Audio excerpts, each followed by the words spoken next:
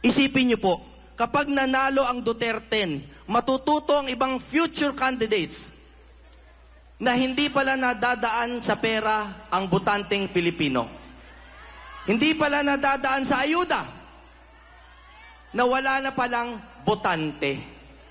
Ang meron pala sa Pilipinas ay botanten. Mga botante na hindi lamang bumoboto sa Duterte, kundi mga botante na naghahanap ng mga kandidato na sumusunod sa 10 utos ng Panginoon. Lalo na sa mahalagang utos ukol sa public service, ang huwag magnanakaw. Dahil sa lahat po ng kandidato, Duterte lamang ang nangangako na hindi namin kayo nanakawan. Napapaligiran po ako ng numerong Gs. Ang Duterte po ay binubuo ng 10 magigiting na kandidato.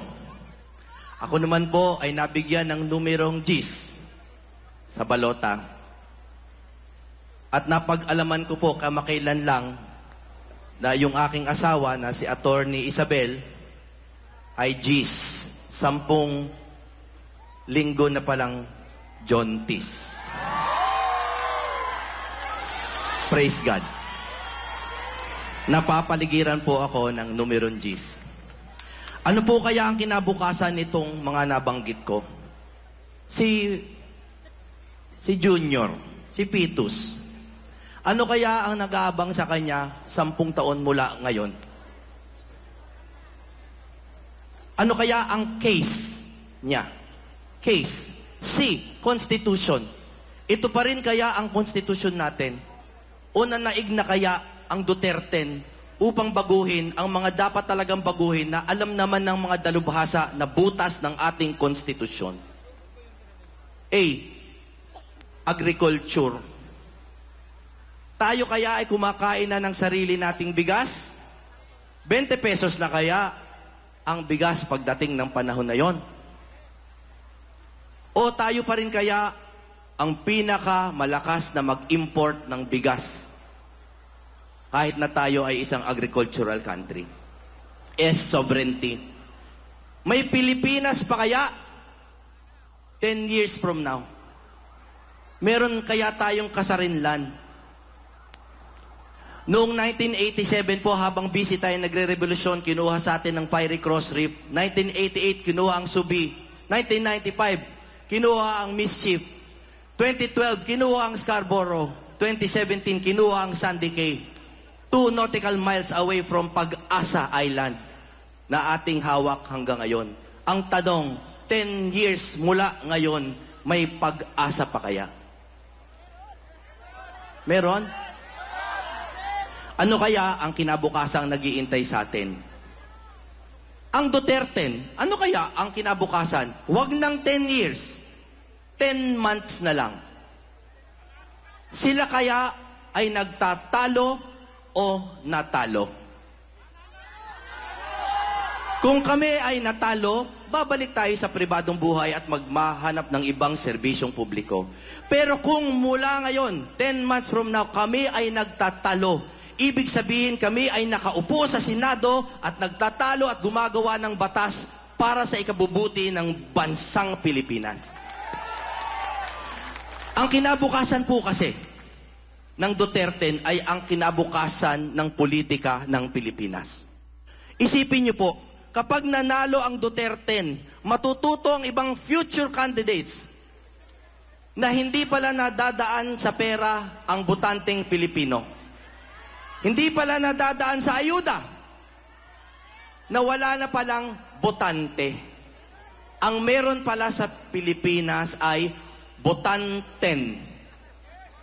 Mga botante na hindi lamang bumoboto sa Duterte, kundi mga botante na naghahanap ng mga kandidato na sumusunod sa 10 utos ng Panginoon.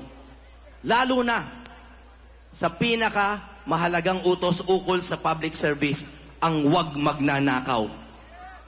Dahil sa lahat po ng kandidato, Duterte lamang ang nangangako na hindi namin kayo nanakawan.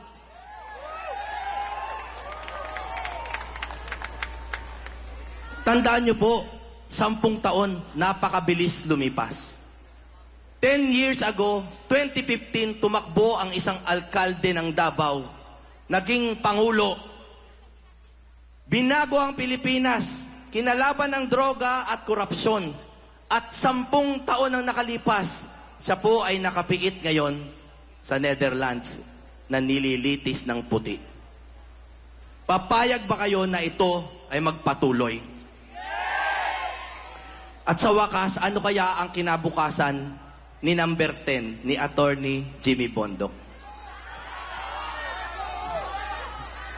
Huwag na po natin pag-usapan ng 10 years. Huwag na rin ng 10 months.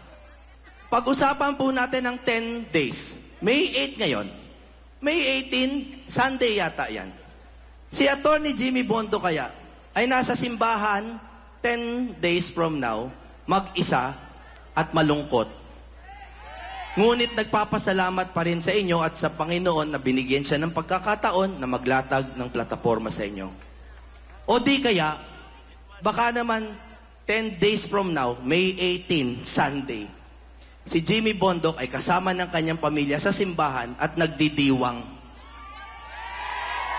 At nagpapasalamat na siya at ang kanyang mga kasama ay mga senador na ng Republika ng Pilipinas. Ako po si Attorney Jimmy Bondoc, number 10 sa inyong balota, naniniwala sa diplomasya at disiplina sa Senado DDS. Para ako ay inyong matandaan, meron akong ipapakita sa inyong larawan ng ating kinabukasan.